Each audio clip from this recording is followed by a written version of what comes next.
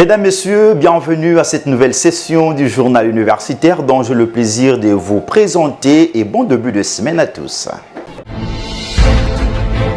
Valorisation des ressources humaines à la Direction nationale des contrôles et de la paie des enseignants par la gestion prévisionnelle des effectifs, des emplois et des compétences. C'est le titre de la thèse de doctorat soutenue publiquement par le chef des travaux Babi Mbungu Tsassa de la faculté des psychologies et sciences de l'éducation de l'Université pédagogique nationale. C'était le week-end dernier. Les amples détails avec Christian Chipamba.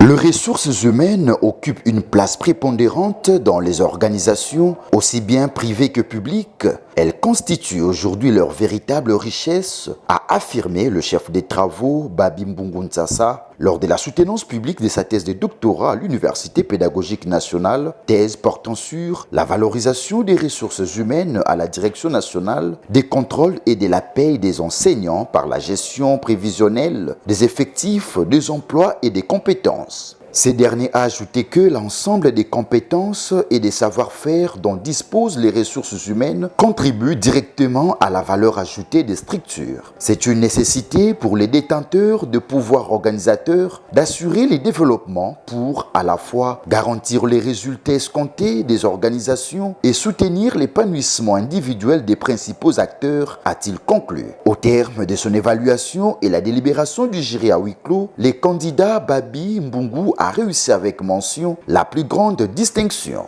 La toge, l'insigne de l'UPN, les diplômes lui ont été conférés à cet effet par le secrétaire général à la recherche pour la jouissance de son nouveau grade. Satisfait du résultat, le lauréat a précisé ce qui suit. Quand nous terminons les études, comme il n'y a pas tellement d'emplois dans les pays, tout le monde se dirige vers la fonction publique. Or, l'État devrait normalement créer des conditions pour que les entreprises, même privées, puissent engager les jeunes gens qui terminent l'université de façon qu'ils puissent mettre leurs compétences à profit. Nous avons proposé l'intégration d'une direction des ressources humaines au sein de la DINACOP parce que les services utilisent encore les services du personnel. C'est en déphasage avec le monde moderne.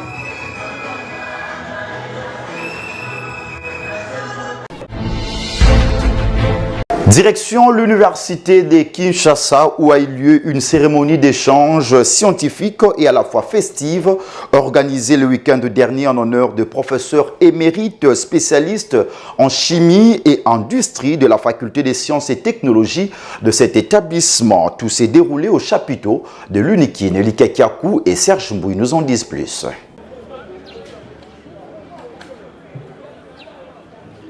Kinshasa, la capitale congolaise, a célébré l'excellence scientifique et honoré les figures emblématiques de la recherche le samedi dernier au cours de cette cérémonie organisée à l'université de Kinshasa. D'entre les jets, la professeure Marie-Claire Yandjou, secrétaire générale à la recherche de l'UNIKIN, au nom du recteur, le professeur Jean-Marie Kayembe Toumba empêché donner les go de cette activité avant les interventions du doyen intérimaire de la faculté des sciences et technologies, le professeur Jean Kayembe ainsi que du chef du département de chimie, le professeur Mbala. Le volet scientifique a été assuré par des conférences de haut niveau. Le professeur Pierre Osombo, président de la Société de chimie du Congo, a exposé sur l'impact de la chimie dans le budget des États. De son côté, le docteur ingénieur Axen Tunga a présenté ses travaux novateurs sur la préparation des membranes en polyamide de haute performance par polymérisation interfaciale médiée par des organophosphorés mettant en lumière leurs propriétés avancées en nanofiltration. La professeure Tumbaka Kolongo, directrice générale de l'ISTEM Kinshasa, a ensuite pris la parole pour résumer les carrières et contributions marquantes des professeurs émérites tant vivants qui disparus, saluant leur impact durant dans le monde académique. Les moments forts de la journée étaient la possession symbolique des étudiants, assistants, chefs de travaux et enseignants venir remettre des cadeaux surprises à leurs mentors. Portraits personnalisés, trophées miniatures de la RDC et porte-clés ont été offerts dans une ambiance chaleureuse et conviviale. Quelques autorités présentes ont salué cette initiative et l'élan des reconnaissances. Je suis venu honorer la chimie parce que je suis venu participer à la cérémonie d'hommage au professeur émérite de la faculté des sciences de l'université de Kinshasa, plus particulièrement celle du département de chimie. Comme vous le savez, la chimie, c'est un domaine qui nous concerne tous, qui nous suit partout, dans tout ce que nous faisons. Alors, au regard de l'importance de cette science dans notre vie quotidienne et même dans le développement d'une nation, je me suis vu obligé de venir honorer.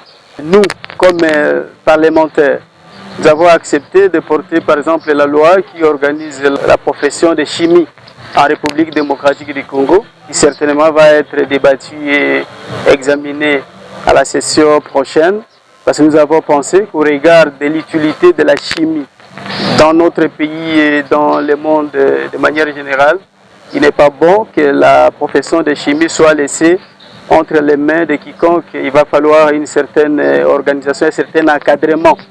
La manifestation d'aujourd'hui était consacrée à un hommage à rendre à nos professeurs émérites. Ça veut dire qu'au terme de la loi de 2018, régissant important statut du personnel de l'enseignement supérieur, pour passer professeur émérite, il faut avoir passé 20 ans après avoir accédé au grade de professeur. Tout s'est déroulé dans la quiétude. Et gouvernance des entreprises publiques en République démocratique du Congo, des sociétés à charte aux sociétés commerciales, une déliquescence programmée. C'est le titre de l'œuvre scientifique du professeur Romain Kabongo, porté sur le fonds baptismaux à l'Université pédagogique nationale par le professeur Mabi Mulumba en présence de quelques membres du comité de gestion de cet établissement et d'autres invités de marque. Encore une fois, Christian Chipamba était présent. C'est dans une ambiance académique que s'est déroulée cette cérémonie de vernissage de l'ouvrage du professeur Romain Kabongo, un livre axé sur la gouvernance des entreprises publiques en République démocratique du Congo, société à charte aux sociétés commerciales, déliquescence programmée. D'entre-deux jeux, la rectrice de l'Université pédagogique nationale, la professeure ordinaire Yvonne Ibebeke, accueillit chaleureusement l'assistance avant les mots de circonstance prononcés par la vice-doyen chargée de la recherche à la faculté des sciences économiques et de gestion. En présentant cet ouvrage publié aux éditions Harmattan et préfacé par le professeur Mabi Mulumba, le professeur Patrick Bakengela a fait savoir que ce livre fait une analyse critique de la gouvernance des entreprises publiques en République démocratique du Congo, puis l'accession du pays à l'indépendance en 1960 jusqu'à ces jours. Il démontre en flagrant la déliquescence de ces entreprises due aux facteurs endogènes et exogènes et aux actions et mesures irrationnelles de l'État. Plusieurs entreprises publiques et d'économie mixte sont tombées en faillite. Celles qui ont survécu ne sont quasiment toutes ni rentables ni compétitives. L'auteur formé des suggestions pertinentes en vue d'améliorer la gouvernance de ces entreprises. À l'issue des témoignages, leur était son baptême par le professeur Mabi Mulumba qui a souhaité bon vent cet ouvrage scientifique du professeur Romain Kabongo mis à la portée de tous, tel qu'affirmé par l'auteur en s'appuyant sur ses suggestions. Les entreprises, qu'elles soient publiques ou privées, constituent le moteur du développement. Ce sont les entreprises qui créent la richesse, ce sont les entreprises qui sont dans la prestation des services. Nous avons proposé une série de recommandations, notamment la dépolitisation des entreprises publiques. Les entreprises publiques ne continuent pas à être un gâteau à partager entre les tenants du pouvoir. Il faut assainir la gestion publique dans son ensemble. Par exemple, que l'ouvrage est mis sur le marché, sur la place publique, il ne m'appartient plus. Il appartient au lecteur. Épaté de nouveau par la qualité de cette production scientifique, le chef des travaux Okigito Nadjambela n'a pas mis sa langue dans la poche. qu'au Congo, nous avons des talents à promouvoir. Il s'agit de la crème scientifique. Je recommande aux lecteurs de pouvoir s'imprégner de cet outil, particulièrement à ceux qui gèrent les institutions publiques. Je dépose à leur disposition des orientations thérapeutiques pour tous les problèmes liés à la gestion des organisations ainsi que des entreprises publiques. J'invite la population congolaise, j'invite les responsables des institutions, j'invite les gouvernants à s'imprégner de cet ouvrage tellement riche. La vente aux enchères a sanctionné cette activité.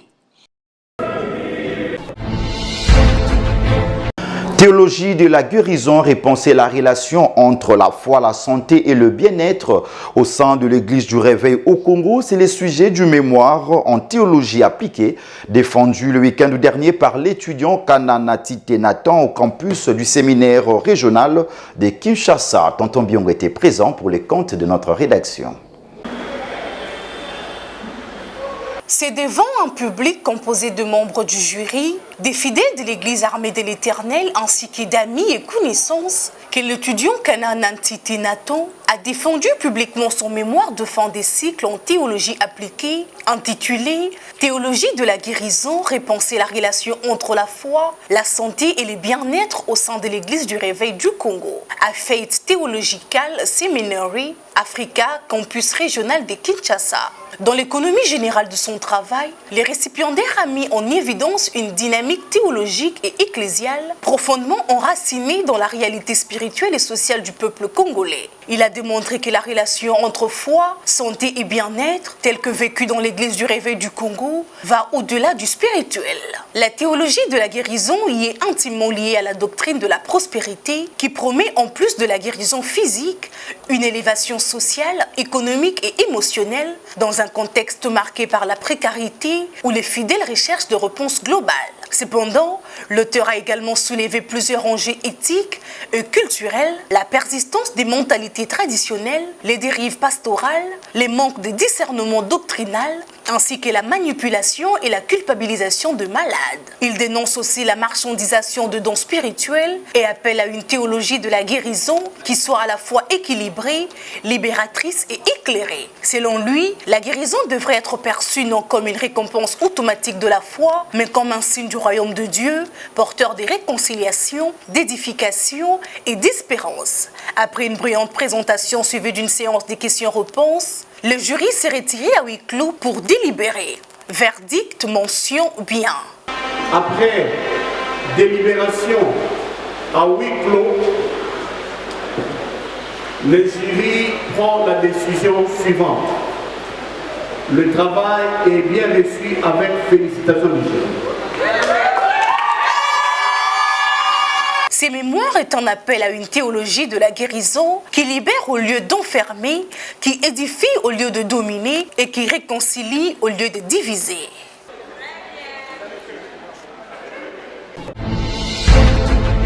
Parlons à présent de la double cérémonie de collation des grades et clôture de l'année académique 2024-2025 à l'Université Loyola du Congo. Les samedis derniers, au total 86 lauréats ont été conférés le grade académique par le recteur de cet établissement. Martin Chisambo était présent.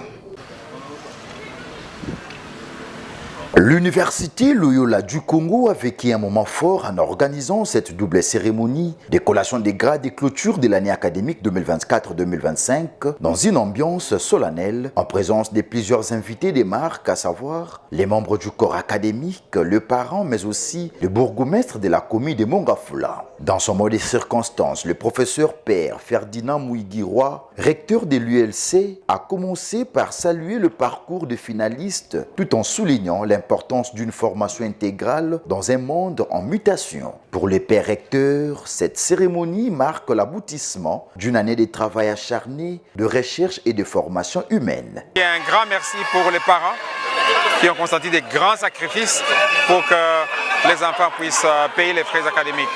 Et donc nous sommes très fiers de voir cette année couronnée. Et je pense que nous sommes la première université à clôturer attend l'année académique aujourd'hui. Prenant la parole à son tour, le secrétaire général académique de l'ULC a présenté le rapport académique qu'il a jugé positif, tout en saluant la qualité des enseignements dispensés, la progression du taux des réussites, ainsi que les efforts consentis dans le renforcement de la recherche et l'encadrement des étudiants. Nous venons de déverser 78 ou 78 lauréats, et donc qui viennent de filières très variées, de la philosophie, des sciences agro-vétérinaires et des sciences et technologies.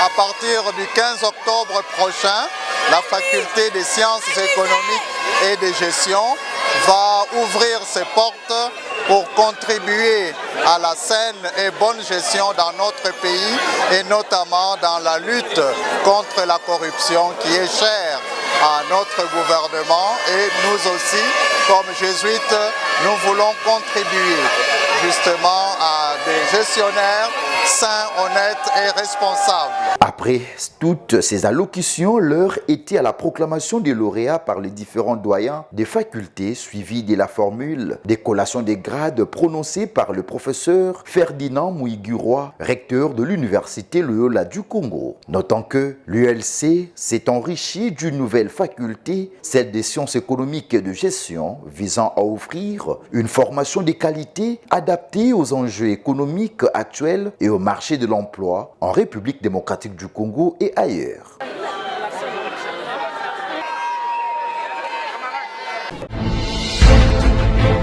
D'un établissement universitaire à un autre, la faculté des droits de l'université libre de Kinshasa a organisé une conférence placée sous le thème « La crise en République démocratique du Congo, cause, perspective d'avenir et le rôle de la jeunesse ». C'était le vendredi 25 juillet dernier en présence de plusieurs invités de marque. Christian Mukonkole pour le reportage. Face à la montée des crises en République démocratique du Congo, la jeunesse congolaise appelée à s'y réveiller.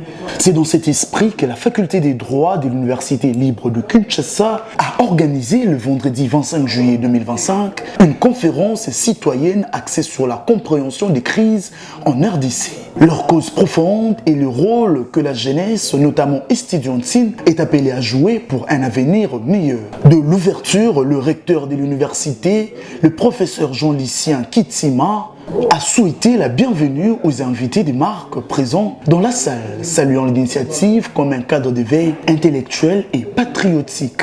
Le doyen de la faculté de droit, le professeur Joseph Loko, quant à lui, a brossé un tableau des multiples crises qui s'écoulent à RDC, instabilité politique, insécurité persistante, pauvreté structurelle, en soulignant la vulnérabilité inquiétante de la jeunesse face à ces défis. En tant que deuxième intervenant, le président du parti SID, Martin Fayulu Madidi, a articulé son intervention autour des trois axes majeurs des solutions proposées par sa formation politique. La légitimité politique, la lutte contre la mauvaise gouvernance, la résolution des conflits communautaires. Le président honoraire de la faculté de droit, Pater Ngwalumona, est revenu pour sa part sur la quintessence des échanges, insistant sur la responsabilité intellectuelle des étudiants dans la reconstruction nationale. Également présent à la conférence des doyens de la faculté de médecine, le professeur Loposo a salué l'initiative et encouragé le jeune à sortir de la passivité pour devenir des acteurs de changement. Il convient de noter que cette conférence s'inscrit dans une dynamique d'éveil citoyen visant à mobiliser la jeunesse congolaise autour des enjeux majeurs du pays. Et avant de nous quitter, l'Association congolaise des sciences et de gestion, ACSG en sigle, a organisé un atelier de formation sur la revue de la littérature, de la typologie à l'application, une activité qui s'est déroulée le vendredi 25 juillet dernier dans la salle de la bibliothèque centrale de la Haute École des commerces de Kinshasa. Magloire Landou et Blaise Boucha étaient présents. Les professeurs qui étaient les membres du jury, c'était quel jour? L'association congolaise des sciences de gestion a réuni dans la salle de la bibliothèque centrale de la Haute École des commerces de Kinshasa un public composé de scientifiques et chercheurs venus approfondir leurs connaissances autour du thème « La revue de la littérature de la typologie à l'application ». Le professeur Joseph Kaswingi, président de la CSG, a lancé le travaux en mettant l'accent sur le rôle central d'une revue de littérature rigoureuse dans toute recherche académique. Il a encouragé les participants à choisir des problématiques pertinentes et à consulter des sources reconnues comme Google Scholar, Hull et Doagi. Faire la recherche, ça fait partie des métiers d'un enseignant-chercheur. Donc vous avez trouvé des enseignants-chercheurs là, des professeurs. Vous avez trouvé aussi ce qu'on appelle des apprenants, donc des étudiants. Ils se préparent au métier d'enseignant-chercheur, dont ils feront la recherche.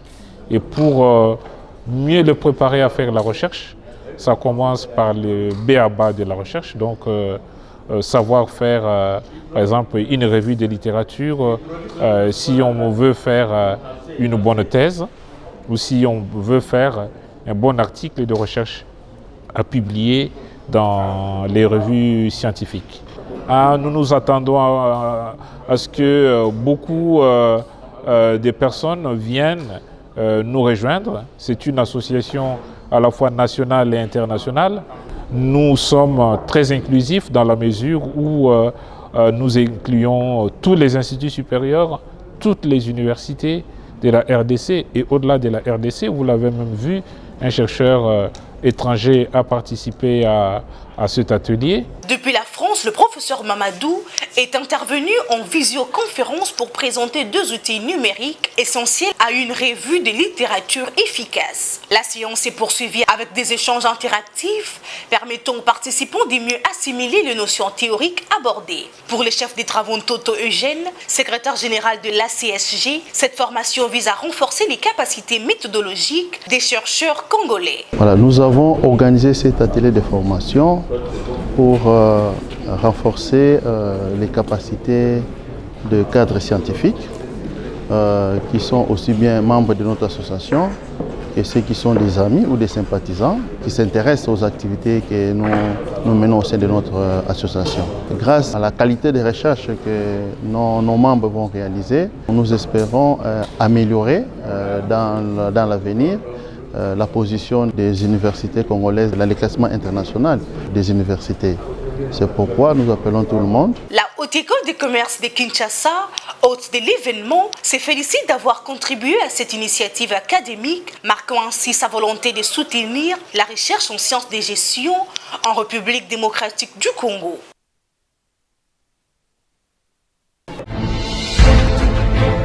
Voilà, c'est par là que s'achève complètement cette grande édition du journal universitaire réalisé par les docteurs Emmanuel Lema, toujours sous la coordination d'André Mouchongo Machara. Christian Chipamba était derrière la caméra. Quant à moi, je vous dis au revoir et retrouvons-nous très prochainement avec le même plaisir.